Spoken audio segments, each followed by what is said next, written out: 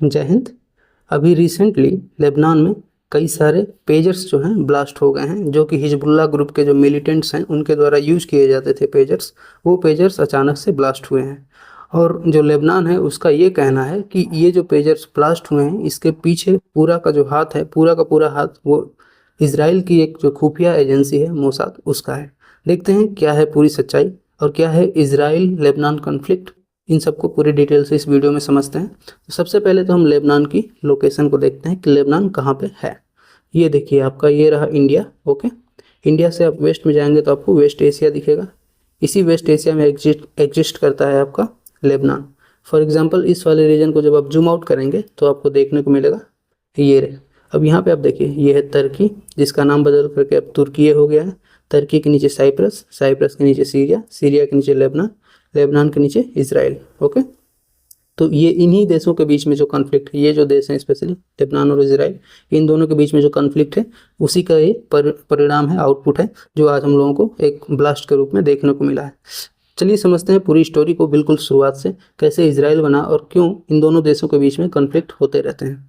तो देखिए जब वर्ल्ड वार 2 हो रहा था, ओके, तो वर्ल्ड वार 2 में जो नाजी जर्मनी थी, जर्मनी की जो गवर्नमेंट थी, उसने ढेर सारे ज्यूस जो होते हैं, ज्यूस कम्युनिटी के पीपल्स को, उनको पकड़ करके उनका होलोकॉस्ट कर दिया और इतने सारे लोगों को एक साथ मार दिया, इतने सारे लोगों को एक साथ उनका नरसंहार हो गया, जिसकी वजह से जो ज्यूस कम्युनिटी थी वो बिल्कुल डर गई और उन्होंने सोचा कि यदि हम भागेंगे नहीं, अपना कहीं बसेरा नहीं बनाएंगे, यहाँ से यूरोप से निकलेंगे नहीं, तो जो नाजी जर्मनी है वो पूरा इनको मार डालेगी।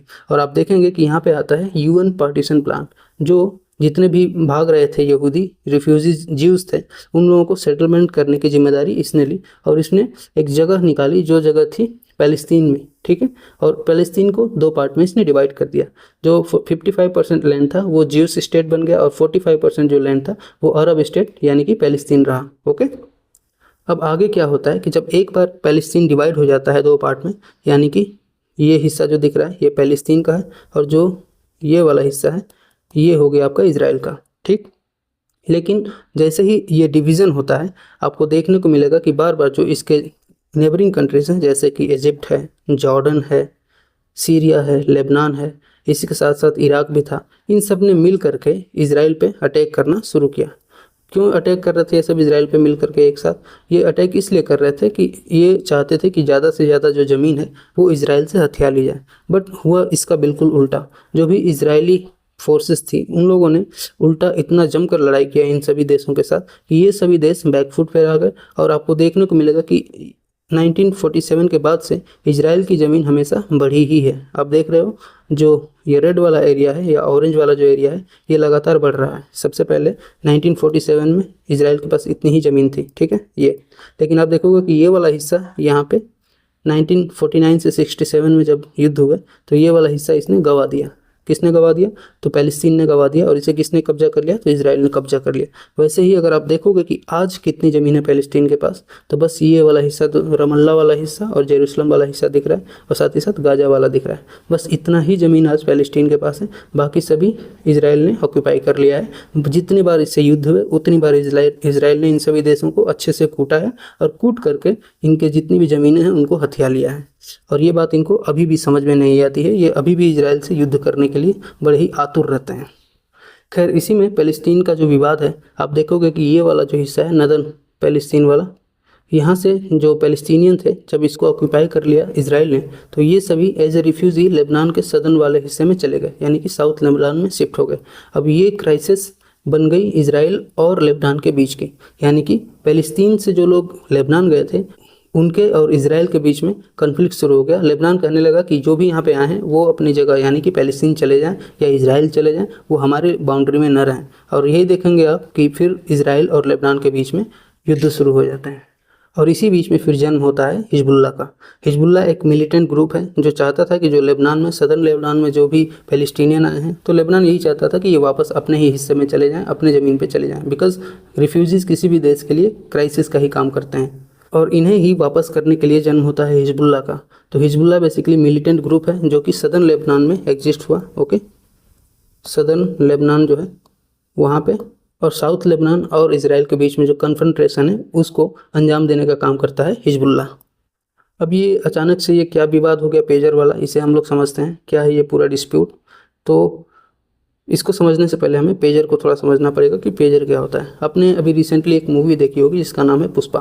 पुष्पा में ये जो यूज़ कर रहा था डिवाइस, उसका नाम भी पेजर ही है, इसे ही हम लोग पेजर कहते हैं, ठीक है। तो पेजर बेसिकली एक ऐसी डिवाइस है जो यूज़ होती है मैसेज ट्रांसमिशन के लिए, ठीक है। जैसे एक पर्सन ए है, ये अगर मैसेज भेजना चाहता है बी को तो ये भेज सकता है। ये प्री स्मार्टफोन एरा है, मोबाइल से पहले का ये जो एरा है उसमें पेजर का डेवलपमेंट हुआ, यानी कि 1990s के समय पे, ओके। तो यदि किसी पर्सन ए को बी तक मैसेज पहुंचाना है तो वो यूज़ करता था पेजर। और पेजर बेसिकली रेडियो फ्रिक्वेंसीज़ को यूज़ करके, रेडियो सिग्नल्स को यूज़ करके, या तो वेरी हाई फ्रिक्वेंसी को यूज़ करता था या अल्ट्रा हाई फ्रिक्वेंसी को यूज़ करता था, और इसको यूज़ करके मैसेज को ट्रांसमिट करता था ए से बी तक, ठीक है। तो पेजर का काम बेसिकली मैसेज ट्रांसमिशन का था। ए से लेके यदि बी तक कोई मैसेज ट्रांसमिट करना है आपको तो आप पेजर लीजिए और पेजर में उस मैसेज को टाइप कर दीजिए, वो उस मैसेज को पहुंचा देगा। अब पेजर बेसिकली दो तरह के हुआ करते थे, एक होता था वन वे पेजर और दूसरा होता था two way pager. One way pager में सिर्फ मैसेज ए से बी की तरफ जा सकता है, और टू वे पेजर में ए से बी की तरफ भी जा सकता है और बी इसको रिप्लाई भी कर सकता है, ठीक। अब यहीं आप देखोगे कि हिजबुल्लाह में जो पेजर यूज़ किया जा रहा था वो सारे पेजर्स अचानक से ब्लास्ट कर गए 17 सितंबर की शाम को, शाम के 3 बजे लगभग ये न्यूज़ आई कि जितने भी पेजर्स यूज कर रहे थे वहाँ के जितने भी हिजबुल्लाह ग्रुप के मेंबर्स थे उन सब के पेजर्स अचानक से ब्लास्ट करने शुरू हो गए। अब ये पेजर ब्लास्ट कैसे कर सकता है? क्या पेजर कोई इलेक्ट्रॉनिक डिवाइस है जो कि नेटवर्क से चलती है, या इसे हैक किया जा सकता है? तो उत्तर है कि नहीं, पेजर को हैक नहीं किया जा सकता, क्योंकि पेजर बेसिकली रेडियो फ्रिक्वेंसीज पे वर्क करता है, ये इंटरनेट पे वर्क नहीं करता, इंटरनेट पे काम नहीं करता है, तो इसे हैक करना मुश्किल है। इसको आप हैक कैसे कर सकते हो? तो उसके लिए आपको समझना पड़ेगा पहले कि ये आप देखिए इंटरनेट बेस्ड जो वर्किंग होती है इसमें आप देखो कि जितने भी सोशल नेटवर्किंग साइट्स हैं, या फिर ब्राउजिंग कर रहे हैं, या फिर कम्युनिकेशन के लिए यूज़ कर रहे हैं, पेमेंट्स गेटवे हैं, ई कॉमर्स की वेबसाइट्स हैं, ये सब इंटरनेट पे बेस्ड होता है। और इंटरनेट बेस्ड चीज़ों पे आप हैकिंग कर सकते हो, यानी कि इनके अगर नेटवर्क में आप एंटर कर जाते हो तो आप आसानी से छेड़छाड़ कर सकते हो पूरे सिस्टम के साथ। बट वहीं अगर आप रेडियो फ्रिक्वेंसी की बात करोगे तो यहाँ पर जैसे वॉकी टॉकी है, रेडियो है, या फिर इवन पेजर है, तो इसमें एंटर करना और एंटर करके हैकिंग करना इंटरनेट जैसा नहीं है, बिल्कुल इससे अलग है। इसके लिए आपको पहले जो एएम सिग्नल्स होते हैं, रेडियो सिग्नल्स होते हैं, उनको पकड़ना पड़ेगा और फिर उसके बाद इनसे आप छेड़छाड़ कर सकते हो। अब सवाल ये उठता है कि हिजबुल्लाह बेसिकली पेजर्स क्यों यूज़ कर रहा था, इतनी पुरानी टेक्नोलॉजी क्यों यूज़ कर रहा था? तो बेसिकली हिजबुल्लाह जो है वो नहीं चाहता था कि इजराइल किसी भी हिजबुल्लाह की एक्टिविटी को ट्रैक कर पाए, और इसके लिए उसने पहले से ही सोच रखा था कि हम ऐसी टेक्नोलॉजी यूज़ करेंगे जो कि बिल्कुल पुरानी है। और उसे ये भी पता था कि इजराइल जो है वो लेटेस्ट से लेटेस्ट मॉडल, लेटेस्ट से लेटेस्ट टेक्नोलॉजी पे काम करता है, तो वो हमारे पेजर वाली टेक्नोलॉजी में एंटर नहीं करेगा और उसे क्रैक नहीं कर पाएगा।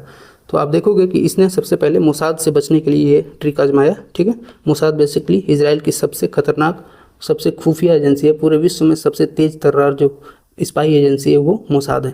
ऐसा कहा जाता है कि इससे कोई भी बच नहीं सकता, यदि कोई भी क्राइम कर रहा है तो मोसाद उसे खोज करके निपटा देगी। दुनिया की सबसे तेज़ जो स्पाई नेटवर्क है उसमें नाम आता है मोसाद का।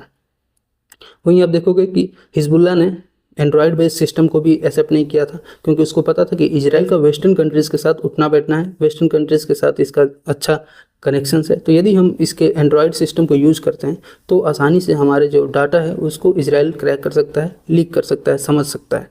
और उसके साथ ही आप देखोगे कि एप्पल और iOS बेस्ड सिस्टम को भी हिजबुल्लाह ने एक्सेप्ट नहीं किया था, सिर्फ और सिर्फ अपनी प्राइवेसी को बनाए रखने के लिए।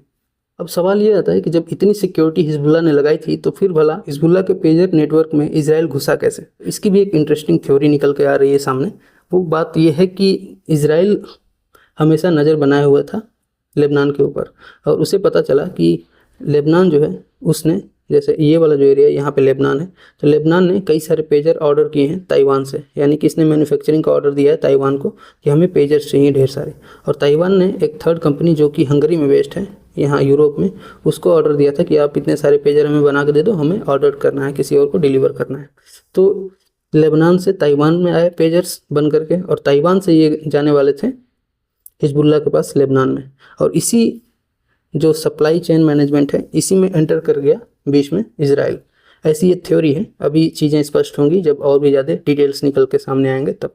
तो देखिए, जब भी कोई चीज़ बनती है तो सबसे पहले उसकी प्लानिंग होती है, फिर सोर्सिंग होती है, फिर उसके बाद मैन्युफैक्चरिंग होती है, उसके बाद डिलीवरी होती है और रिटर्निंग होती है।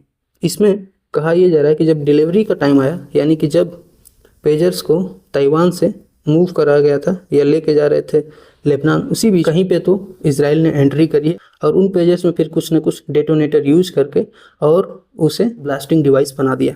तो ये एक थ्योरी निकल कर आई। अब देखते हैं इसमें कितनी सच्चाई है। जैसे जैसे न्यूज़ आगे बढ़ेगी, जांच होगी, फिर चीज़ें और भी स्पष्ट होकर सामने आएंगी। तो ये थी पूरी स्टोरी लेबनान में जो पेजर ब्लास्ट हुए हैं उनके ऊपर। मिलेंगे अगले क्लास में, तब तक के लिए जय हिंद।